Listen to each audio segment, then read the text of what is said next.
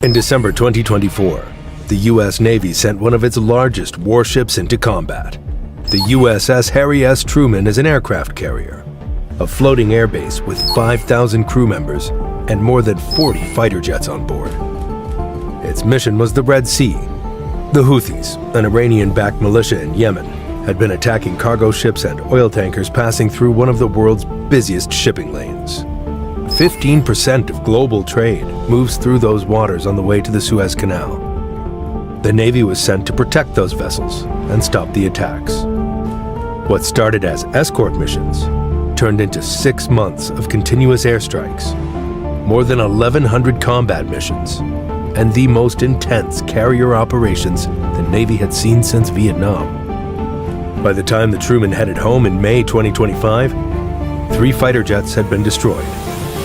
One shot down by a Navy cruiser that mistook it for an enemy aircraft. One rolled off the deck while the ship was dodging an incoming missile. One lost when an arresting cable snapped during a night landing. And the carrier itself had collided with a merchant ship, coming within feet of a compartment where 120 sailors were sleeping. This is what 6 months of sustained combat looks like from the flight deck of an American aircraft carrier. The mission. The Truman left Norfolk, Virginia in September 2024. It was supposed to be a routine deployment, the kind aircraft carriers do every couple of years. But by December, the ship was in the Red Sea, and the situation was anything but routine. The Houthis had been attacking commercial shipping since late 2023. The attacks, launched in support of Hamas during the Gaza conflict, were disrupting global trade. Container ships were rerouting around Africa. Insurance rates were skyrocketing, and the United States decided to respond. In March 2025, the Navy launched Operation Rough Rider, a concentrated bombing campaign against Houthi targets in Yemen. For 52 days, the Truman's jets flew strike after strike. More than 1,100 combat missions. 1.1 million pounds of bombs and missiles dropped. At one point, flight operations ran for 72 hours straight. Jets launching and landing around the clock. No pause for the pilots. No rest for the deck crews. No break for the mechanics keeping the planes in the air. A senior officer who served on the deployment later said there was nothing to compare it to in his entire career. The tempo of operations, the continuous combat. It pushed the ship and its crew to the limit. And then things started to go wrong. The friendly fire. The Truman had only been in the Red Sea for about a week. On the night of December 22nd, the ship was under attack. Houthi forces had launched a wave of drones and missiles toward the carrier strike group. American jets were in the air, shooting down incoming threats. 2 FA-18 Super Hornets, that's the Navy's main fighter jet, had just finished a refueling mission and were returning to the carrier. The pilots had been in combat earlier that night. Now they were coming home. But the USS Gettysburg, a guided missile cruiser sailing with the Truman, saw something on its radar.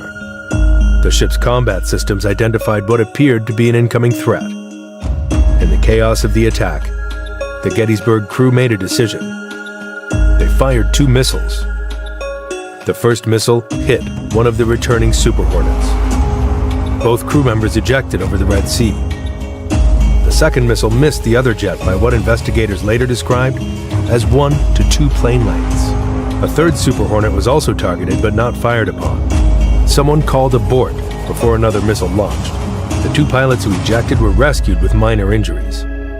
But a $67 million fighter jet was now at the bottom of the Red Sea, shot down not by an enemy, but by its own escort ship. The Navy launched a 152-page investigation. What they found was a pattern of problems that had been building for months. The Gettysburg had equipment issues. Its radar identification systems weren't working correctly. Communication networks were going down regularly. And the ship had spent almost 60% of its time operating apart from the carrier, which meant the crews hadn't trained together enough. On the night of the incident, these problems came together. The Gettysburg crew misidentified their own jets as enemy missiles. By the time commanders realized what was happening, it was too late to stop the launch. The captain of the Gettysburg was relieved of command in January, but the Truman's deployment was just getting started. And the next incident was less than 2 months away. The collision. Just before midnight on February 12th, the Truman was approaching the Suez Canal, the narrow waterway connecting the Red Sea to the Mediterranean. It's one of the busiest shipping lanes in the world, cargo vessels passing through constantly. Nearby was a merchant ship called the Besiktas M, a Panama-flagged bulk carrier. What happened next isn't exactly clear from the public reports, but at some point, the 100,000-ton aircraft carrier and the cargo ship collided. The damage could have been catastrophic. 8 sailors were working just 10 feet from the point of impact. 120 more were sleeping in a compartment that investigators later said could have been pierced if the collision angle had have been slightly different. Just 1 degree. No one was killed, but the captain of the Truman was relieved of command 8 days later. The ship sailed to Greece for emergency repairs, then returned to combat operations in the Red Sea. The full repairs would have to wait until the deployment was over. The hangar bay. By late April, the Truman was back in the thick of combat operations. The ship had a new captain. The crew had been flying missions for months. And on this day, something happened that shows just how dangerous carrier operations can be, even when the enemy isn't directly involved. To understand what happened, you need to know how an aircraft carrier works. There are 2 main places where jets are stored: the flight deck on top and the hangar bay below.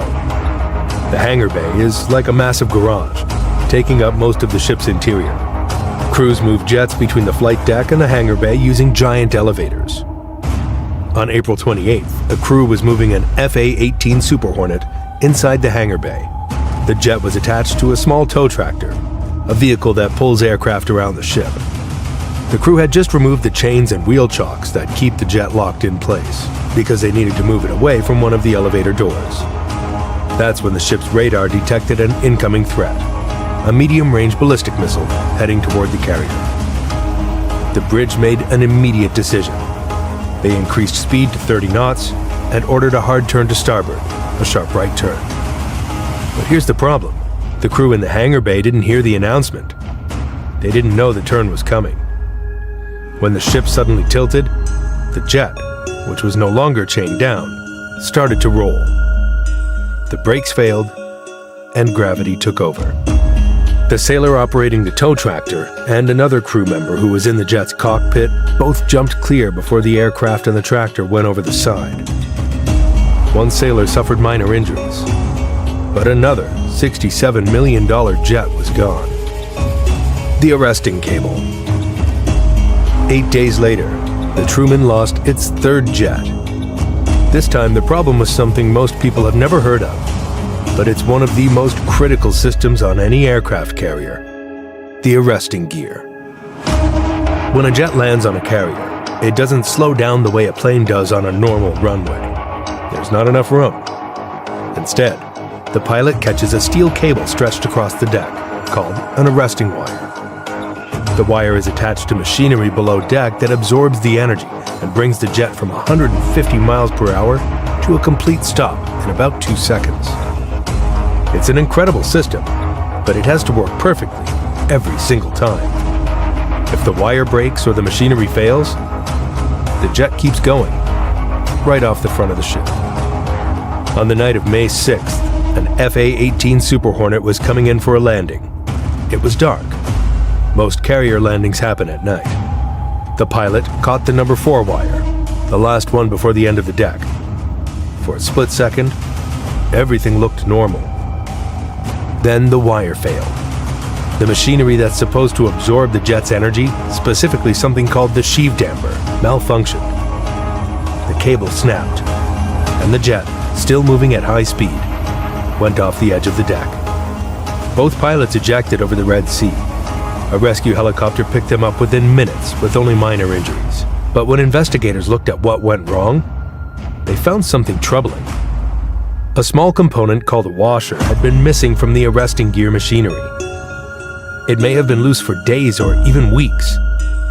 The crew responsible for maintaining the system hadn't caught it, and the investigation found that only one of the 3 required maintenance positions was actually filled. The bigger picture.